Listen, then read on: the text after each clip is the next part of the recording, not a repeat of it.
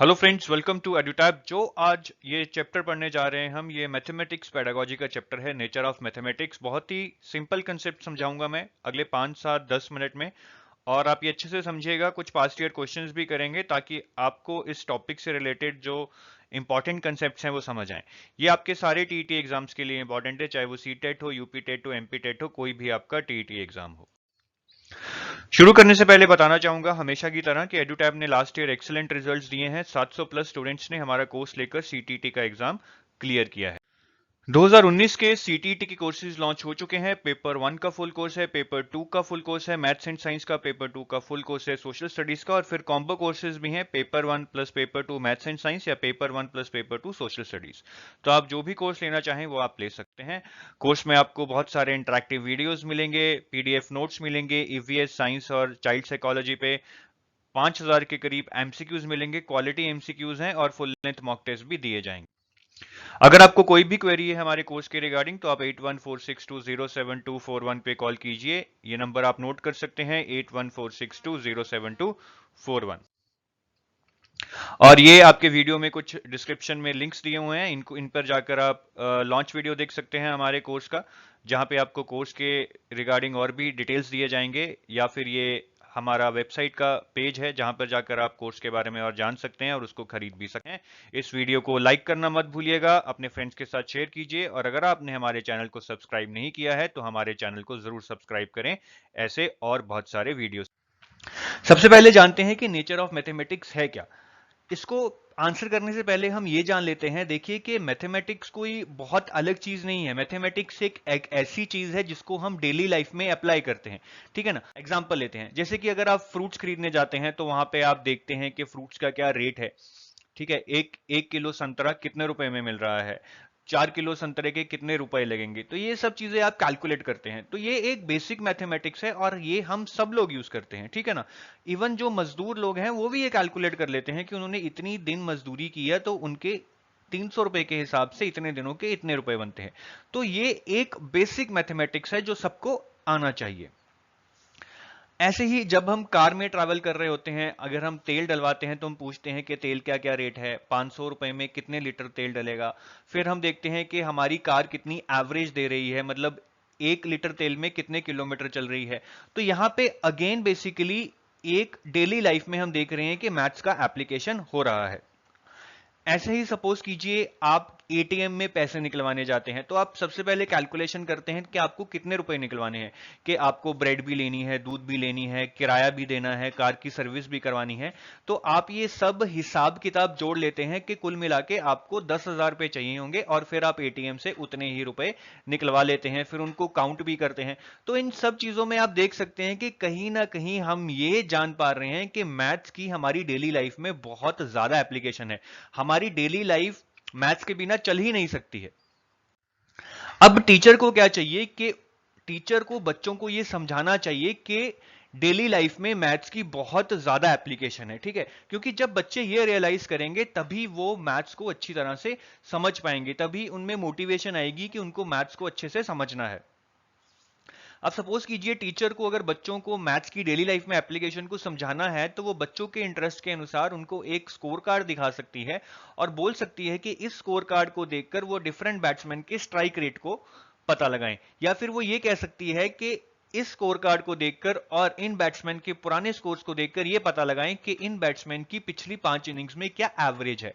तो जब बच्चा ऐसे सम्स को सॉल्व करेगा, उसको ऐसी एक्सरसाइज दी जाएंगी जो उसके इंटरेस्ट से रिलेटेड है और कहीं ना कहीं हमारी डेली लाइफ से भी रिलेटेड है, तो उसको ऐसा करने में बहुत मजा आएगा और वो खुद भी ये जान पाएगा कि मैथ्स का हमारी डेली लाइफ में कितना ज्यादा इंपॉर्टेंस है।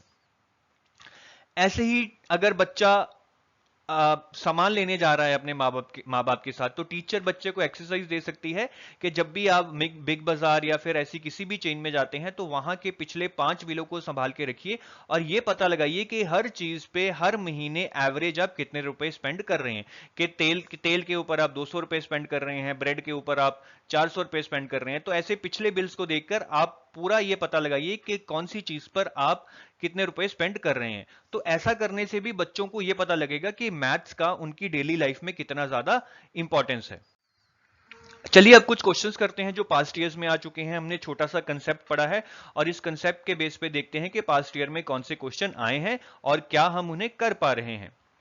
A teacher distributed newspaper in class 5 and asked the students to read the cricket scores of Indian team in the latest match. Then she asked them to draw bar graph of the scores the teacher is trying to. कि teacher ने बच्चों को newspaper बांटे और कहा कि वो Indian team के क्रिकेट स्कोर्स जो लेटेस्ट मैच में इंडिया ने रन बनाए हैं उनको देखें, पता लगाएं, एनालाइज करें और उसके बाद बार ग्राफ बनाएं उन स्कोर्स का। तो टीचर ऐसा करने से क्या ट्राई कर रही है? ऑप्शंस हैं, help the student to make connections between mathematical concepts and real life. ये बिल्कुल सही है। मैंने आपको अभी यही पढ़ाया है कि जब हम बच्चों को कुछ ऐसा एक्सरसाइज देंगे जो कहीं ना कहीं उनकी डेली लाइफ से कनेक्ट होगा तो उनको इंपॉर्टेंस पता चलेगी कि मैथ हमारी डेली लाइफ में कितना ज्यादा इंपॉर्टेंट है। ठीक है, और यहां पे भी जब टीचर बच्चों को डेली का न्यूज़पेपर दे रही है और ये बता रही है कि आपकी टीम ने इतने स्कोर किए हैं और इन स्कोर्स को हमें बार ग्राफ में रिप्रेजेंट करना है, तो वो बच्चों की डेली लाइफ को मैथ से कनेक्ट कर रही है, मैथ्स की इंपॉर्टेंस बता रही है डेली लाइफ में। तो इसका आंसर होगा ऑप्शन नंबर 1। हमें बाकी ऑप्शंस देखने की जरूरत भी नहीं है क्योंकि ये बहुत ही स्ट्रेट फॉरवर्ड आंसर है। नेक्स्ट क्वेश्चन करते हैं। A teacher asked the student to collect leaves and to identify symmetry patterns. This task reflects the teacher's efforts too. कि टीचर ने स्टूडेंट को कहा कि वो कुछ लीव्स को कलेक्ट करे और उन लीव्स पे जो सिमेट्री बनी होती है उनको आइडेंटिफाई करे। ये जो टास्क है, ये इस टास्क में टीचर क्या करने का एफर्ट कर रही है, क्या करने की कोशिश कर रही है?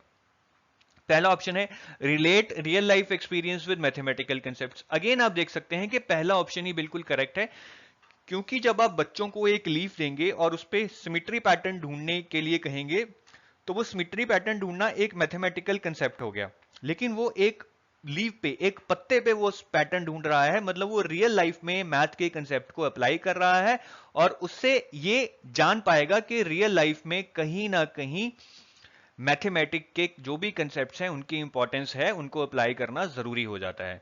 तो इसका आंसर भी ऑप्शन नंबर 1 है, क्योंकि यहां पे हम बच्चे को रियल चीजों पे मैथ्स को अप्लाई करने के लिए कह रहे हैं।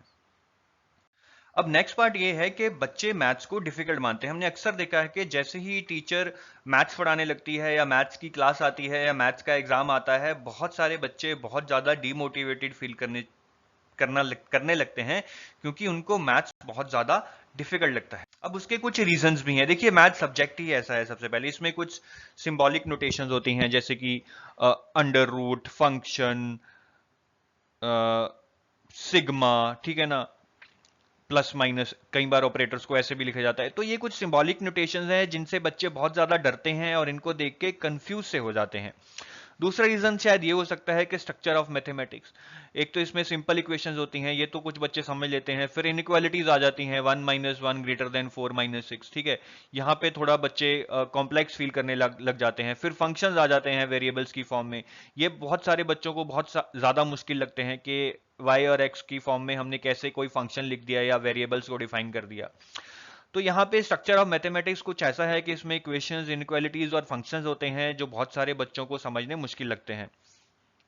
फिर सबसे बड़ा रीजन ये है bad teacher and classroom experience. देखिए, सब्जेक्ट कोई भी मुश्किल नहीं होता, चाहे उसमें सिंबॉलिक नोटेशंस हो, चाहे उसमें स्ट्रक्चर ऐसा हो जो डिफिकल्ट हो, लेकिन अगर आपका टीचर अच्छा हो, अगर आपका टीचर आपको अच्छे तरीके से समझाए, उसको आपकी डेली लाइफ से कनेक्ट करे, तो आपको कुछ भी मुश्किल नहीं लगेगा।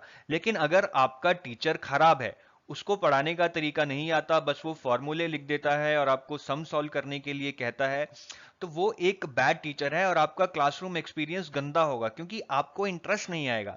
अच्छा टीचर वही है जो कंसेप्ट को डेली लाइफ से रिलेट करके बहुत सारे एग्जांपल्स देख के समझाए, जैसे कि हम आपको इस कोर्स में समझा रहे हैं। ठीक है, तो जहां भी कोई टीचर सिर्फ फॉर्मूला देके रट्टा लगवाने की कोशिश करेगी, वहां पे कहीं ना कहीं बच्चों को मैथ्स डिफिकल्टी लगेगा।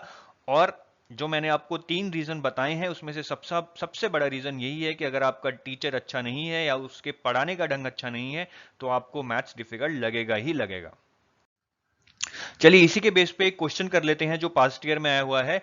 विच of the following can not be considered as a reason for fear and failure in mathematics. कि इनमें से कौन सा ऐसा रीजन नहीं है जिसके कारण बच्चों को मैथमेटिक्स में डर लगता है या वो फेल होते हैं। पहला ऑप्शन है सिंबॉलिक नोटेशंस, ये आंसर हो सकता है। मतलब इसके कारण बच्चों को डर लग सकता है, क्योंकि सिंबॉलिक नोटेशंस जैसे कि मैंने आपको समझाया बहुत अलग अलग सी हैं, उसके कारण कहीं ना कहीं बच्चे को डर लग सकता है। दूसरा है structure of mathematics. Structure of mathematics भी जैसे कि मैंने आपको बताया कि स्ट्रक्चर ऑफ मैथमेटिक्स में फंक्शंस हैं, इनक्वालिटीज हैं, ठीक है, तो कहीं ना कहीं इससे भी बच्चे को डर लग सकता है और उस डर के कारण वो सब्जेक्ट में फेल हो सकता है। तीसरा है जेंडर डिफरेंसेस। ये गलत है, जेंडर डिफरेंसेस के कारण ऐसा कभी भी नहीं होगा कि बच्चे के मन में डर है या फिर वो फेल हो रहा है, क्योंकि ऐसे बहुत सारे लड़के भी हैं जो मैथ्स में फेल होते हैं या डरते हैं, ऐसी बहुत सारी लड़कियां भी हैं, और ऐसे ही बहुत सारे लड़के भी हैं और लड़कियां भी हैं जो मैथ्स में बहुत अच्छा स्कोर करते हैं। तो जेंडर डिफरेंसेस इसका आंसर नहीं होगा, ये एक रॉन्ग आंसर है। मतलब इसके कारण हमारे अंदर फियर या फेलियर नहीं आता है, लेकिन क्वेश्चन के लिए सही आंसर है, क्योंकि क्वेश्चन में यही पूछा गया है कि विच of the following can not, कि इनमें से कौन सी ऑप्शन के कारण बच्चों में डर या फेलियर नहीं आता है, या वो डर और फेलियर का रीजन नहीं है। तो उसका आंसर है ऑप्शन नंबर 3।